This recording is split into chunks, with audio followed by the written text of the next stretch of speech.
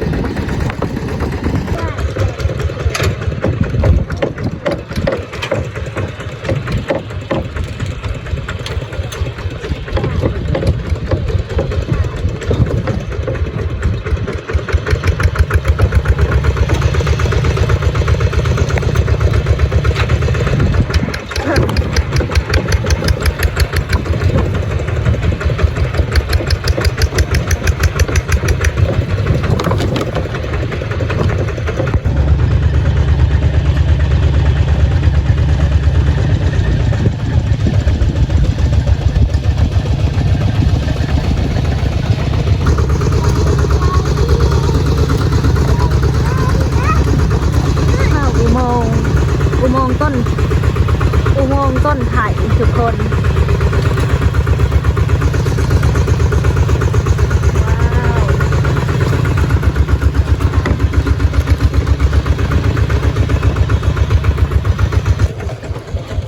หอดสวนแล้วมาบันแป้นแล้วทุกคนมีหอดมันต้นละบันกลนมืดแล้วดิเห็นแต่ตูบน้อยๆห้าวบานนี่เนาะแพเนาะเห็นแต่เทียงหน้าน้อยก้มลง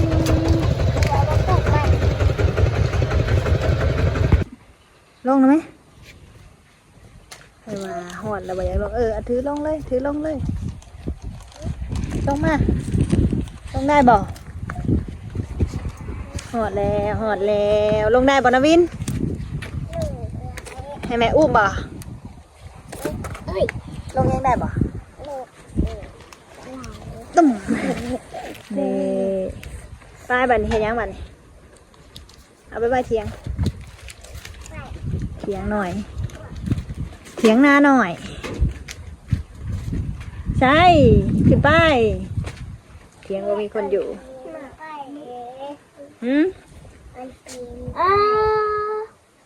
หอนแม่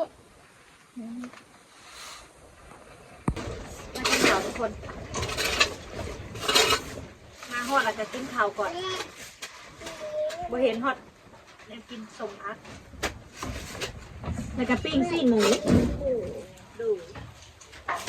ปิ้งซีนหมูทุกคนปิ้งเอาคือเอามาเร็วเลยสมพักกลับกับผักบัว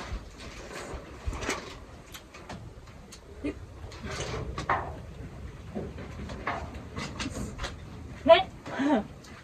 เฮ้ยบอกไม่เป็นอะไรเลยกิน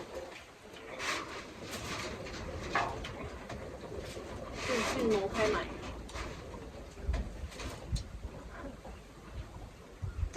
ได้ปะขอบนะ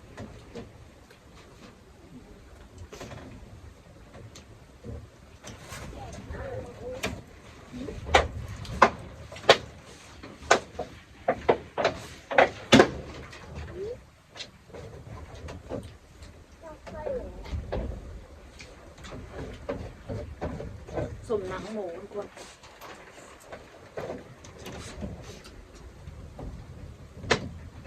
ไม่บอก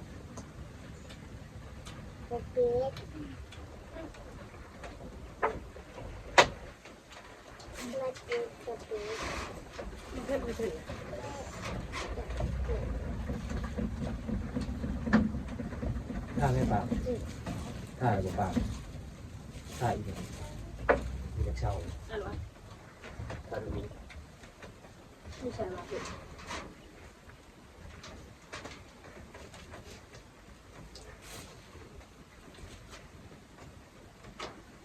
ตามของเพื่อนเอาโอเคต้องเอาไหมเอาหา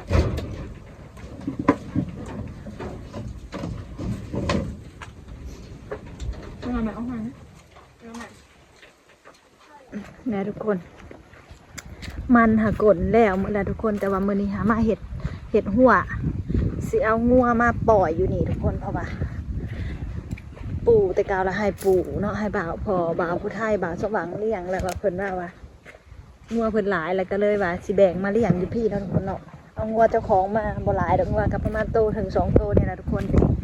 แล้วก็สิมาถางแล้วเฮาจังสิไปพังหลักหัวขุดหลักหัวเนาะทุกคนเนาะดิบ่าวผู้ไทยเพิ่นไปเลยเดี๋ยวน้อยสิพาไปเบิ่งผลหัวมันแบบว่ามันเก่าแห้งค่ะนะก็เลยมาถางเห็ดใหม่ถางอย่างอะไรหน่อยก็ยังบ่เคยมาจะเขื่อถางแล้วใส่น้ำหมักจับพาบุป่าได้ปะนี่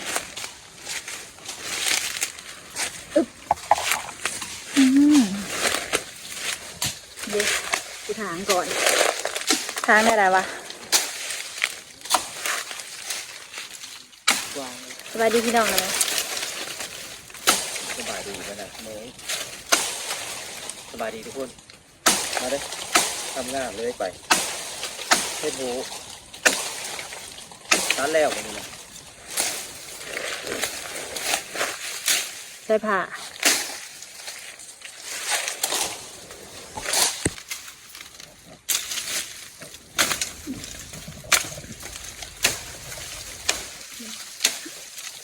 6 แค่ 6 วัน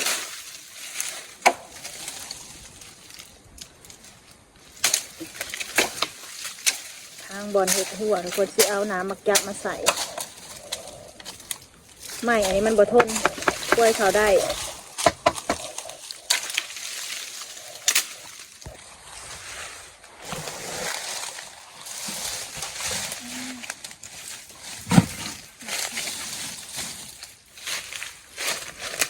หมากหวดทุกคนมี2 หมาก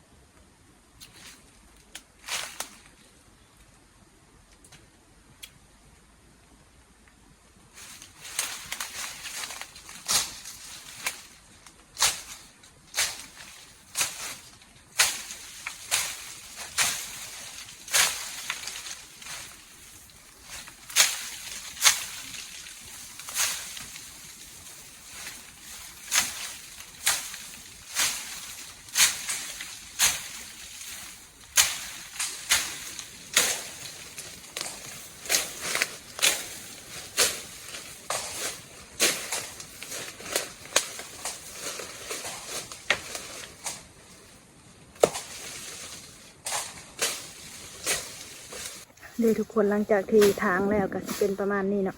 เพราะว่าเฮาสิทางบอลเฮาสิมาเห็ดหัวใหม่เด้ทุกคนทางให้มันแบบว่าเฮาเขามาเห็ดหัวได้นะทุกคนทอดบูจะแล้วไปแล้วได้ปะนี่เด้อตัวตัวใดที่มันห่างมันนั่นฮักบัดนี้เฮาก็มาเห็ดใหม่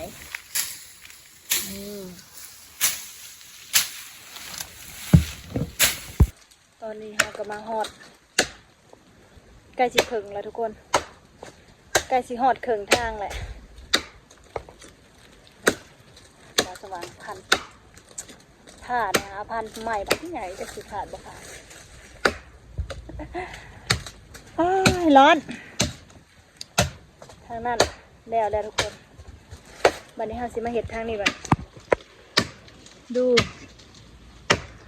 ยังควรมาหกทุกคนเอ้ยเปิดสิแล้วชู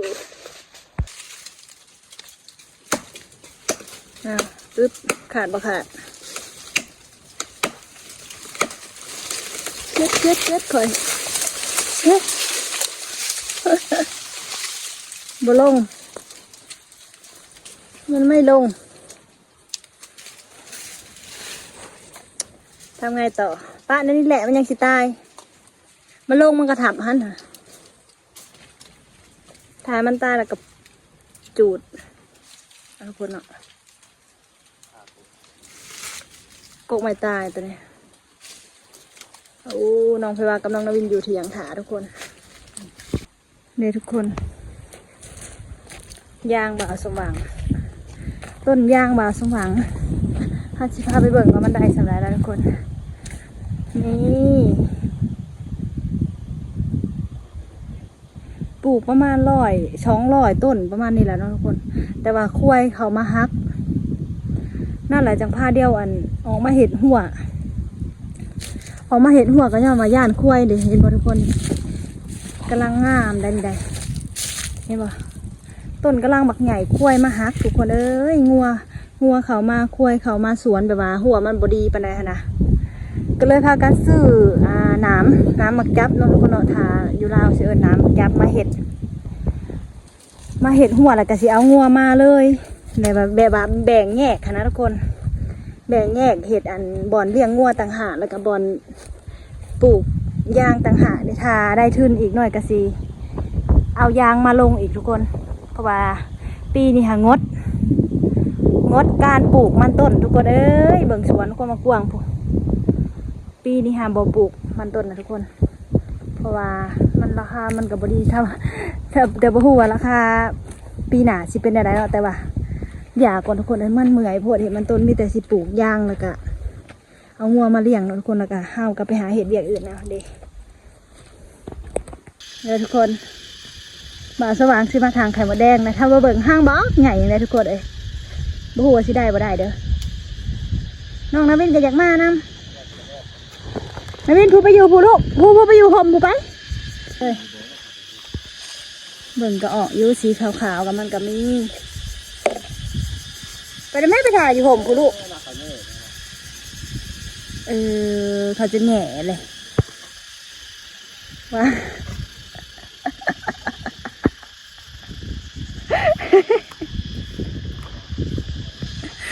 ว่าแต่ว่าเขายังบอกเห็นแล้วอันนี้ไม่กินเหมือนกันว่าแต่ว่าเขาบอกกล้าเอาอยู่ในไหเฮาว่ะสุดท้ายไปออกไปนอกนำไปเบิ่งทุกคนไม่ถือได้นาวินเลยมาพี่ก่อนยังนาวินนี่กันเนาะอยากไปนำเบิ่งทุกคนหน่อยอุตส่าห์ถืออันนี้มาใส่ไปรอบอกอีกกันมาได้บ่มาเบิ่งอ๋อเก่งแท้ไปบ้าสมองจะไปไกลหลายเดือนทานนี่แหละมาแม่หมดแดงถือได้นี่มายืดทีลูกนะคะนี่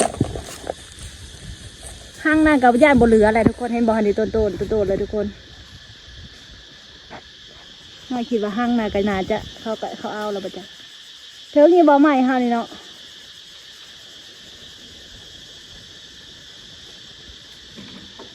ค่าเขามังไม่บ่ถึงก็ไปจ้ะเห็นบ่ทุกคนนี่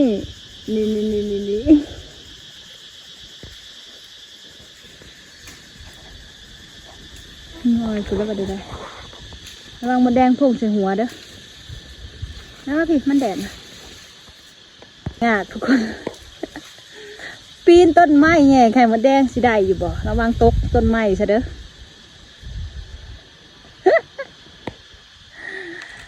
แต่ที่แรกน้อยว่าชิมาแง่ผู้เดียวเลยเนี่ยเห็นน้อยมาแง่ผู้เดียวไม่ได้กินวันนี้ทุกคนเลยห้างบักใหญ่เลยได้ทุกคนจะได้ห้างมากินมาลุ้นกันว่าจะได้หรือไม่ได้ น้ำวินขึ้นมาน้ำพอนะเฮ้ยมันขึ้น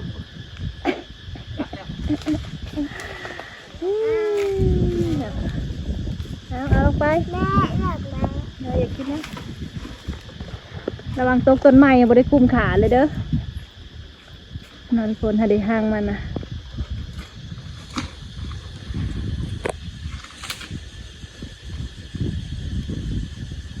รอดบ่ ลงมาไหนบ่ได้ระยะไหม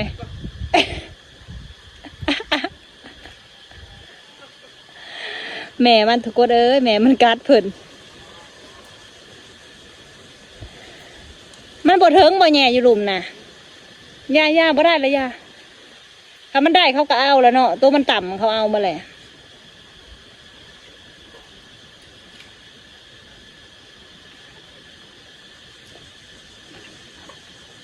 บ่ได้เลยย่าป้าเมื่อเสียดายได้ห้างบางใหญ่นะ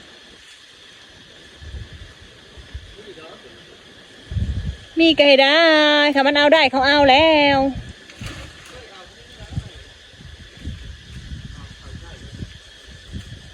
หามันกับโมมี่ได้เอาเลยสูตรเป็นอะไร มาชมกัน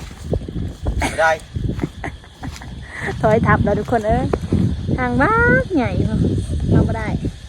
โกโฮมนวินไปกลับบ้าน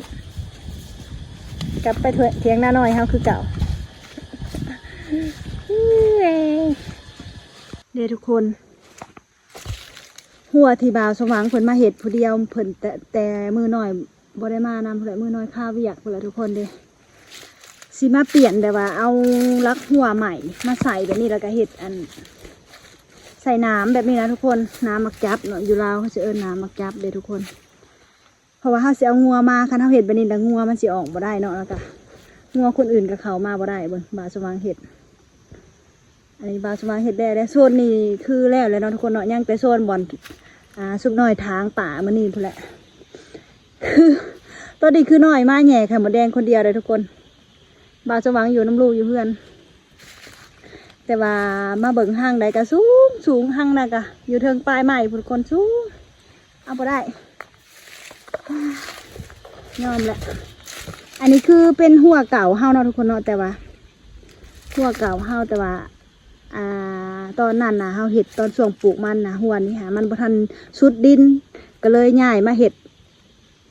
แคมดินพี่เลยเนาะทุกคนเนาะอันนี้ก็คือจุดดินของหน่อยแล้วทุกคนเห็นยังบ่หน่อยเห็นโตทุกคนเอิ้นโตยังจิปอมเนาะทุกคนเนาะนี่เห็นบ่ทุกคนไปได้แง่บ่แม่นแง่ได้จิปอมกระปอมเนาะทุกคนเนาะนี่กระปอมคอแดง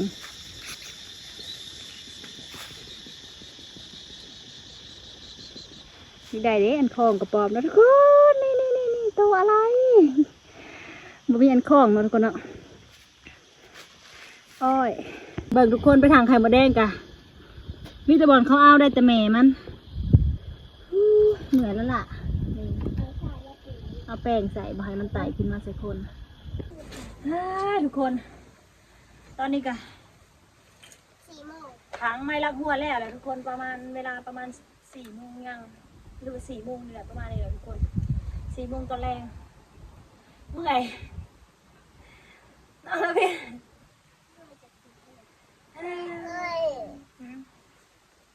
นอนร้องหนาเหม็นไปทุกคนพ่อจะอยากเป็นวินจะหน่อยสิออกเมื่อไรทุกคนพวกวินอะไรคลิปนี้มีแต่มาถางแล้วแล้วก็คุดลักไว้คุดลักหัวไว้แล้วก็เอาลักหัวไปพังไว้เนาะแต่การมื่ออื่นบางช่วงซีมาตอกเล็กหนามาจับใส่ทุกคนแล้วก็แล้วเอาเป็นอันแล้วพังนี้ยังสดนั่นแบบนี้แต่ว่าน้อยกับมื่ออื่นคือสิบได้มาแล้วทุกคนมื่ออื่นหน่อยคายึดเขื่องเอาไว้คลิปนี้จบคลิปเท่านี้แหละทุกคนฝากทุกคนกดไลค์กดแชร์กดติดตามให้ทุกคนเดินเอาไว้พบกันใหม่คลิปหน้าทุกคนบ๊ายบายทุกวินบ๊ายบายก่อนบ๊ายบายเห็ด เห็ดหัวคันไดทุกคนเดี๋ยวว่าทางเดินทางสวนเท้านะหมักมีเขามาเที่ยว เขาเที่ยวไปสวนไปหน้าเขานะก็เลยเห็ดคันไดไว้แบบย่านเขาขี้ข้านไขประตูหัวเลยทุกคนดิมาสว่างเห็ดคันห้าว่าได้เอารถไถมาแล้วเขายางมาแหละแมนผ่านทางนี้ถ้าเอารถไถมาแล้วแมนไขประตูหัวทางนี้จังสบายเวลาคนยางมาเนาะทุกคนกำลังสีเมื่อแต่ว่าเห็ดอันนี้ให้เขาเจ้าแล้วกับเมื่อแล้วทุกคนคันได